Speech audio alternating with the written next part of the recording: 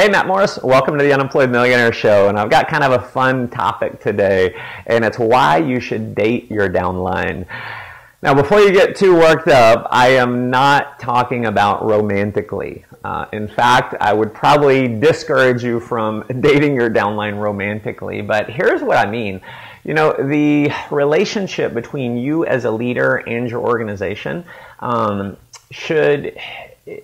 A lot of times, you know, we kind of take it for granted. Like, we've got an organization of people, or we got some people in our group maybe, and you look at it just as a business. And one of the things that I have discovered after more than 20 years in network marketing is that this business is all about relationships. It's all about creating long-term relationships because, you know, everyone goes through peaks and valleys, and sometimes the valley can be really tough. And if there's not a relationship between you and the people in your group, when they go through the valley, and they will, then they end up quitting. They end up giving up on their future. They give up on their hopes and their dreams. So if it's just about the money, you end up having a lot more attrition. And so when you have people who come into your group, if they are a star, you know, if they've gone out and they've enrolled some people and they're coming to trainings, then what you need to kind of do is you need to kind of date them.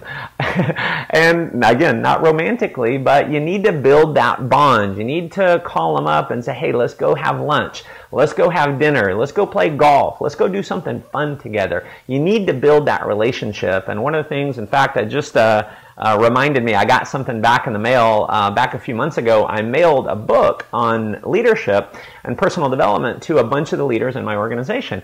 Now, why did I do that? Well, number one, I want them to read the book and I want them to get developed and grow. But the other thing is it creates a little bit of a relationship there. You know, I'm giving them a gift. It strengthens that bond.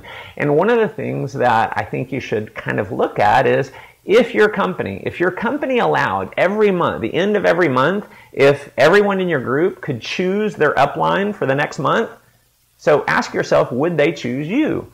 And so make sure that you're doing everything in your power to make sure they would always choose you again, okay? So here's a rule that I want you to remember. I want you to write this down. I want you to live by this. Figure out a way to fall in love with your organization and give them a reason to fall in love with you. So that's my lesson on why you should date your downline. If you feel like this can add some value to some others, definitely tag them in the post.